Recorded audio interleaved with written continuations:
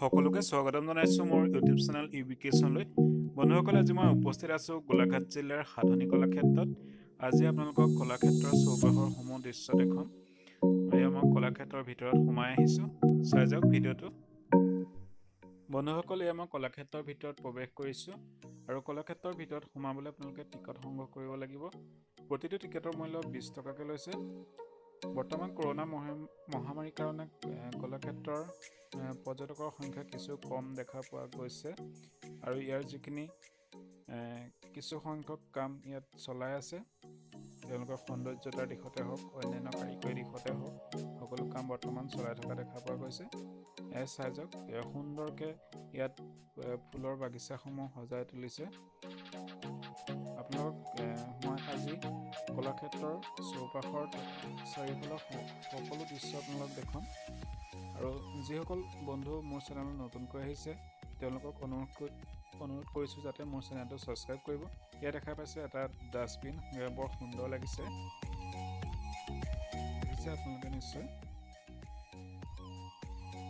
আৰু যিসকল ইয়াত কণ শিশু আহে, তেওঁলোকৰ কাৰণে খেলিবৰ কাৰণে অতি সুন্দৰকৈ ইয়াত সজাই তোলা হৈছে, এয়া দেখা পাইছে। আৰু চাই যাওক ভিডিঅ'টো আৰু কমেণ্ট কৰিব, ভিডিঅ'টো কেনে হৈছে আপোনালোকে কমেণ্ট কৰিব, তেতিয়া মই উৎসাহ পাম।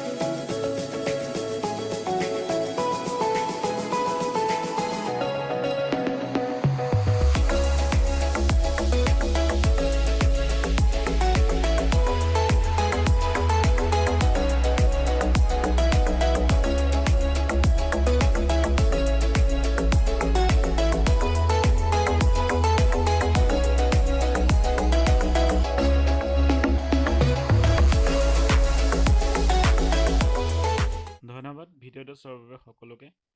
আপোনালোকে ভিডিঅ'টো চাই কেনে পালে মতামত আগবঢ়াব, কমেণ্ট কৰিব।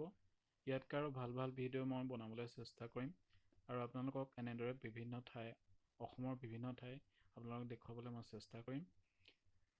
আৰু আকৌ অনুৰোধ কৰিছোঁ যে যিসকল মোৰ চেনেলত নতুনকৈ আহিছে মোৰ চেনেলটো ছাবস্ক্ৰাইব কৰিবা আৰু লগতে ভিডিঅ'সমূহ শ্বেয়াৰ কৰিবা বুলি আশা কৰিলোঁ।